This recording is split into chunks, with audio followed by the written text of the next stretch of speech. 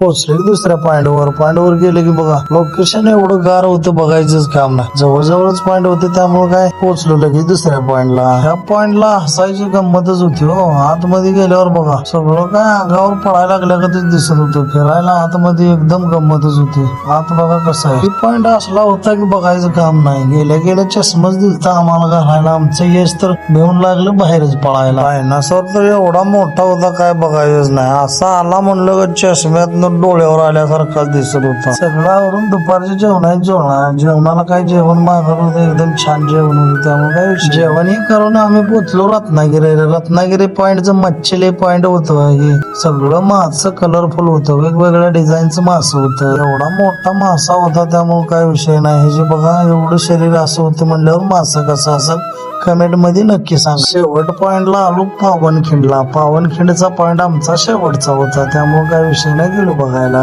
बघा खिंडीमध्ये उतरायला कसे केले बघा. पायऱ्या वगैरे एकदम व्यवस्थित केले. त्या आतमध्ये उतरून हे व्यवस्थित बघायला येते त्यामुळे काय विषय नाही.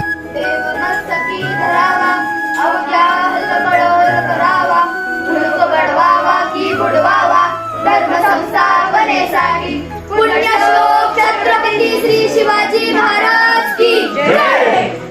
धर्मवीर छत्रपती संभाजी महाराज की जय.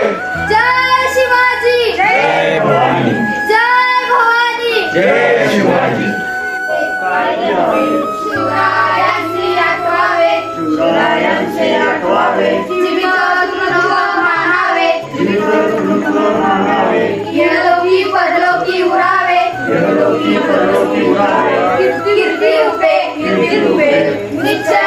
आपल्याला तर खिंडीत मोकळं चालायला येत नव्हतं पण त्यावेळी आपल्या महाराजाने हे कसं काय तिथनं येणं जाणं हे सगळं केलं असं. खिंड वगैरे बघून आम्ही चाललो शेवटला माघारी जाताना सुद्धा बघा पायऱ्या कशा वर चढायला केल्या. शेवटी जाताना खाल्ली करवंद. मग सासरे आमचं बघायला होतं हाणत होतं. भेटू पुढल्या ब्लॉग मध्ये.